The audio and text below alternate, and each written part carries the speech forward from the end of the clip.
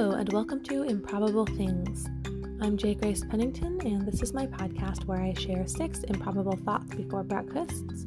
And for this podcast, that means 6 thoughts about reading, writing, or storytelling in some form or fashion. So I am finally up early after being away for a couple weeks and got my 6 things to share, and I am ready to get started.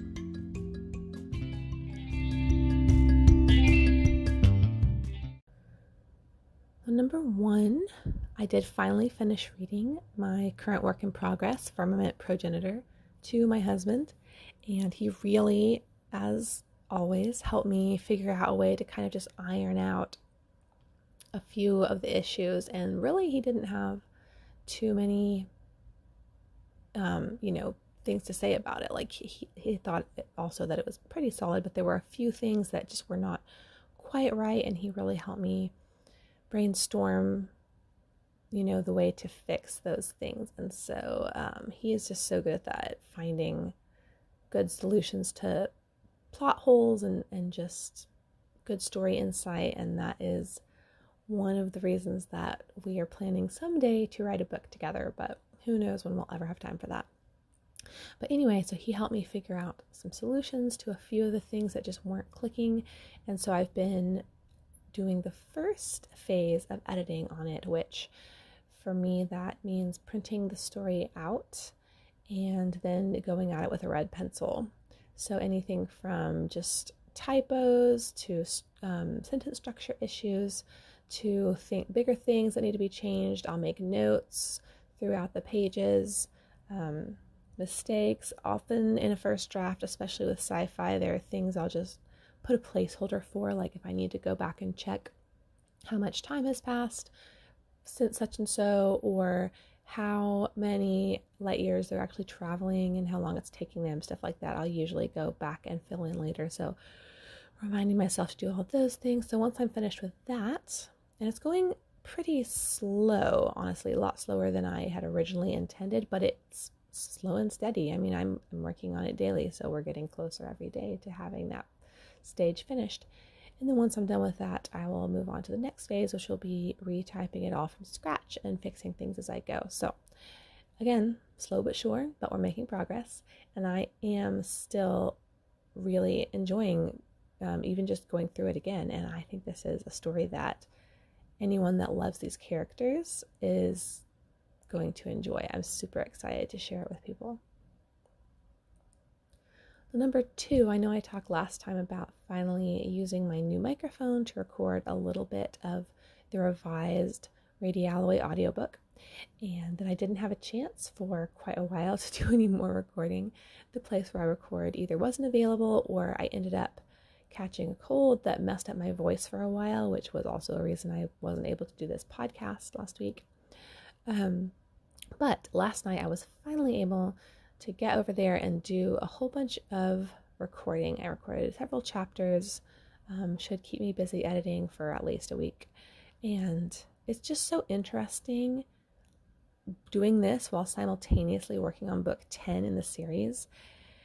And just looking back and seeing how the characters have grown, how things used to be, and especially how things were set up. Because I started out already having a very loose plan, but a plan nonetheless, for what each book was going to be about in the whole series. And so I knew where each character was generally heading and what basic events were going to be moving forward. Now, like I've said in the past, some of those synopses for future books are basically like a sentence or two and have to be fleshed out immensely.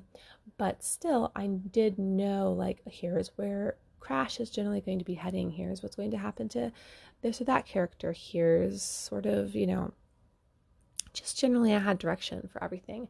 And I think that was so helpful, because even looking back on the first book more than 10 years later, I can see how I was able to set those things up and to lay the groundwork for some of the relationships that blossom later, or just things like that. And that's satisfying to look back on and feel that even though it's been so long that I've been working on this, I have been able to keep, I feel like, a coherent whole to the series and to the arcs that the different characters go through and things like that. So that's nice, and it's also good, since I'm now looking back at the third edition, I'm able to look at it without cringing so much because I just, was able to fix some of the small issues. I've talked before in the revisions or the new editions, I didn't change anything major, but I did just like tweak some of the mistakes and stuff like that. And so, which is why I'm redoing the audiobook and then planning to do the other audiobooks from there. So again, since my recording time is a little limited, who knows exactly how long that will take, but I am looking forward to moving through the whole series again, honestly. Number 3, one thing I've been doing this year with my reading that I've never done before is keeping a reading notebook of sorts. So a friend of mine gave me a really fun, really cute planner for Christmas, and it was very simple. Like, I use a daily planner that's like a section for your schedule and a section for your focus for the day and one for your priorities and one for 3 things you're thankful for or whatever. And this is not like that. This just has each month where you can fill in the dates and what you have going on that month, and then it just has several pages of blank, notes. That's all that it is. And so I was trying to figure out how I would use it because it's Anne of Green Gables themed. It's got great little pictures and quotes throughout. And I wanted to actually use it. Like, I don't want to keep having really cool notebooks and planners and things like that just sitting around for years. But I just wasn't sure what to do with it because, like I said, I have a daily planner that I really like that I use. And so what I came up with was using it as basically a reading journal. And it occurred to me too, since I have for the past few years been going back and doing small reviews of each of my reads for the year before. I've really enjoyed doing that, but occasionally, it's been a long time and my memory is not always the best. I'll have to like look at the book, skim through the book or at least like check out the Goodreads page and skim over that so I can refresh my memory on what my thoughts were about the book. And I thought, well, if I just keep just a little notebook, like just a few notes here and there, that will hopefully be able to help me when I go next year and do this. So what I've just been doing is using the month layout pages to say when I start and finish each book. And then for the notes, I just occasionally throughout the month go through and just make a few notes about what I'm reading. And it's been really nice. And especially for my book club books, I'll usually have quite a lot of thoughts. And then sometimes books that aren't book club books, but I wish they were, where I'm like, I feel like I need to discuss this with someone, but I don't know anyone who's reading it. I can kind of have the discussion in the notebook and just at least put my thoughts down on paper. So that's been really fun, and it makes me think I should do this again next year, and I'll have to get myself another notebook just for that, I guess. Although I have plenty of journals and notebooks, and I'm sure one of them can be adapted to the purpose. But it has been really fun having this sort of special book that's just been set aside for that. And I think it'll be really helpful when I go back next year and try to do my reviews. So number 4, I've been sharing for a long time about my oldest, Violet's reading journey, and she has progressed so much, just leaps and bounds these past weeks, to the point that, she obviously still needs help with a lot of words and there's things she does not know, but she can pick up almost anything and read it, and she is just obsessed. And so I had the thought the other day, I went in their room and I was kind of like, I taught myself out of a job here because she's just sitting on the bed reading to her sisters, which is so sweet. And used to be, I would get library books from the library and we'd set them aside, and then I would, throughout the week, read them the books, and we'd read them together. But now I keep going in after we've gotten library books and finding her just reading the books to them. And there's a part of me like, hey, that's supposed to be my job. Like, I want to read these books with y'all. And I still do read the books with them, but just that she gets at them first and reads them to her sisters, it's also just so sweet. And that she has seen me do that and wants to do it. And her sisters will sit and listen and enjoy it. And the whole thing is just so much fun and so sweet to watch. And I'm just so happy that she is becoming someone that loves reading so much. And there's so many books I want to share with her. And I just know that it's opening this whole world for her. And that's just the most exciting thing, and having been able to share that with her has been wonderful. So chapter 5, I'm currently reading Middlemarch by George Eliot, and it's a very thick book, and it's also, it's older, and so it's kind of, I don't know the word I'm looking for, just heavy on the description and the just meandering words. And so it's definitely harder to get through in that sense, but also I had to stop and start a little bit because I started it fairly early last month and then realized not only did I have my book club book, but there was another book I needed to read before my book club book, and so they were both pretty long, and so I had to get started on those. And then when I finished those up, I finally got back to Middlemarch, and like a lot of books kind of that time, I've always found this to be the case with Dickens in particular. The first half was the hardest, and once I made it past the first half, I've been much more sucked in. Like, it's just hard, I think, with the way that we read now and the way that we consume entertainment now and things like that. It's really hard to get into something that's a little bit heavier on the writing style and the way they talked about things, and it's hard to get into.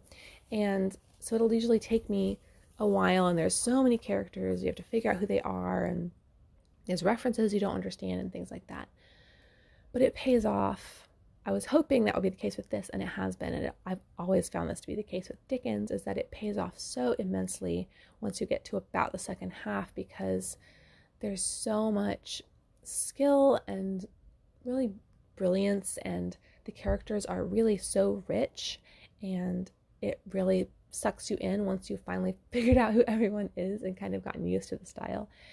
And so I'm just finding the characters in it to be so human and so sympathetic, and I feel like even the more negative characters, the author does a good job of showing you how they really feel and showing you things from their perspective, and also showing you that the things going on within someone else that you can't know and can't understand, and even if it's you still disapprove.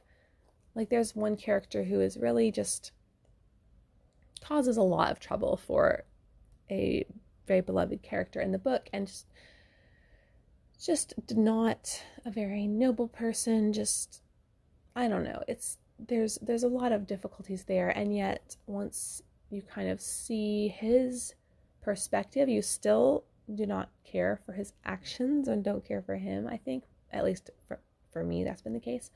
But I felt sorry for him, and you kind of find yourself wishing, like, well, he could make these different choices and things would go better. And it really humanizes everyone in there, I feel like. And so I'm really enjoying that. Characters are always the reason that I want to read books, write books, watch shows and movies. Like, it's all about the characters, and the characters in this have been really strong and really enjoyable to read about. And I spent a long time thinking, like, oh, this book is so long, and now I'm getting toward the end. There's maybe a handful of chapters left, and now I'm kind of like, well, that's not enough time. I'm not ready for it to end. So, which is a bittersweet feeling when it comes to books, because then obviously it has to end and you'll be sad. But even reading a book and not wanting it to end is not the most common occurrence for me anymore, and so I really am enjoying that feeling. So number 6, last night I was listening to a podcast episode that was about not being afraid to fail and not letting fear of failure stop you from trying things and learning things and being willing to kind of look stupid or not do things right and things like that. And it was really encouraging for me and sort of helpful motivation for some things I've been kind of letting slide. And it got me thinking, and I'm 100% sure that I've shared this allegory before because I share it a lot, but I think it caught me in thinking about kind of a different application of it this time around, so I'm going to share it again. And it's an analogy that I heard years and years and years ago about a class that was a pottery class, and there were two different, or I guess it was a pottery school, and there were two different classes within the school. And one class was the quality class and the other was the quantity class. And the goal of the quality class for the school year was that they only had to make one pot, but it had to be absolutely perfect. Whereas the goal for the quantity class being that they just had to make as many pots as possible throughout the year. But what they began to find is that the perfect pots are all coming from the quantity class, because those students would make a pot, set it aside, move on, learn from their mistakes, keep going, keep making them, get that hands-on experience, and really become true experts in the craft. Whereas the quality class would just agonize so much over the need to make this perfect pot and never learning, and just kind of end up with just a lump of clay at the end.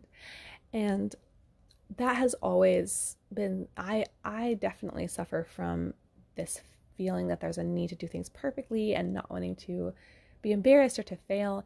And hearing that story was hugely inspiring for me as I was setting off on my journey of being a more professional writer and trying to actually complete stories and get them out there and things like that. And I've always thought about it with regards to writing, because I know that it's possible to either not even start a book or to give up on it before you finish, because there's this fear that you're not going to be able to do it justice, and it's not going to be right, and it's not going to be perfect. Or even to write your story but then take so long trying to make it perfect and going over and over it and thinking it's not going to be good enough to get out there that you never share it. And so I've tried to avoid both of those things, and even putting out books, like, I've done my best with it, the best I know how, but I still know I could keep working on it forever, and I know there are flaws, and still being willing to put it out there.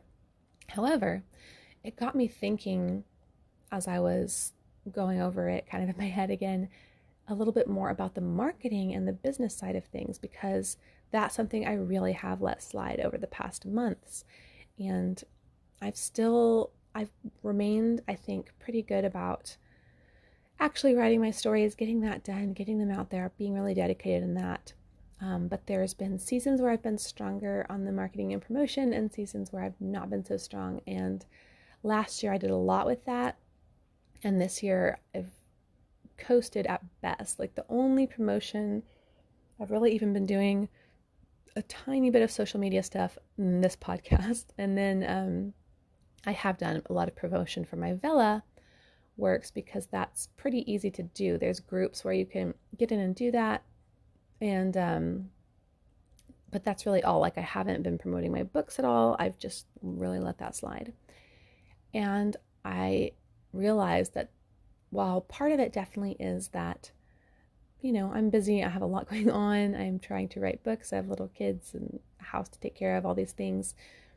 And sometimes also that I can just be mentally drained and not, but there still is definitely this element that I don't know how to do this, I'm not going to do it right. When I've tried Amazon ads, they haven't gone very well, and so I then can get this mindset like, well, I don't know how to do this, this is not worth doing, or whatever. And it was just a reminder that those same principles apply to this, like to, let's say, Amazon ads. Like, I've tried and kind of failed at those, but that doesn't mean that it's not worth going back to and trying something different and being like, okay, well, those ads failed, but let's try this, or let's try it with Facebook advertisements, or let's try some other kind of promotion. And then there is one particular site that is very expensive to advertise on, but very, very worthwhile from everything I've ever heard from other authors. But they are also very picky, and so you can submit your book, and then if it's rejected, you have to wait a certain amount of time.